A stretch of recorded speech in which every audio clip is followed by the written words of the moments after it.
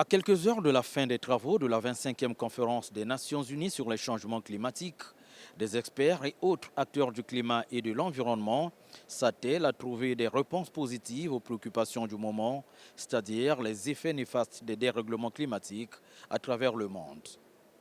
Dans de nombreux ateliers organisés ici et là par les pays participants à cette conférence de l'action, l'on reconnaît le rôle capital de l'Afrique et surtout du bassin du Congo dans la protection de l'environnement.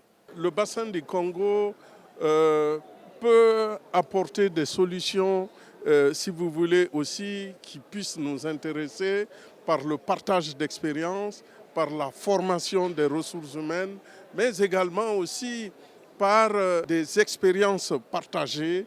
Quand l'ensemble des pays du monde se retrouvent à des rencontres de ce genre, il va falloir aussi que l'Afrique soit écoutée. Parce que l'Afrique a le bassin du Congo et qui est la deuxième réserve de l'humanité.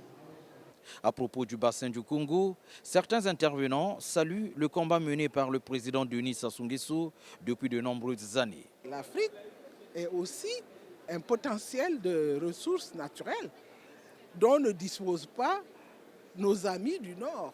Et j'ai l'impression que nous autres, on n'a pas encore bien compris ça et il faudrait qu'on tape sur ça pour avancer. Le président Sassou Nguesso, effectivement, a pris ça à bras le corps.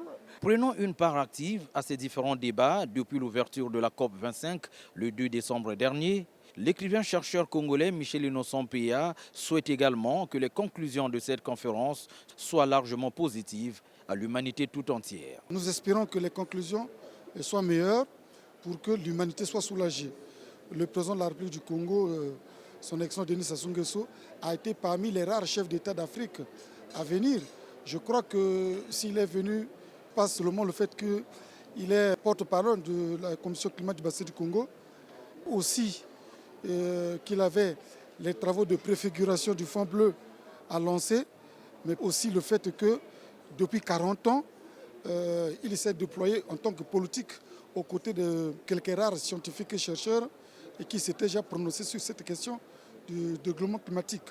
Après la France en 2015, le Maroc en 2016, l'Allemagne en 2017 et la Pologne en 2018, cette conférence de Chili tenue à Madrid en Espagne devrait se prononcer sur l'avenir écologique de la planète à travers des résolutions et des recommandations.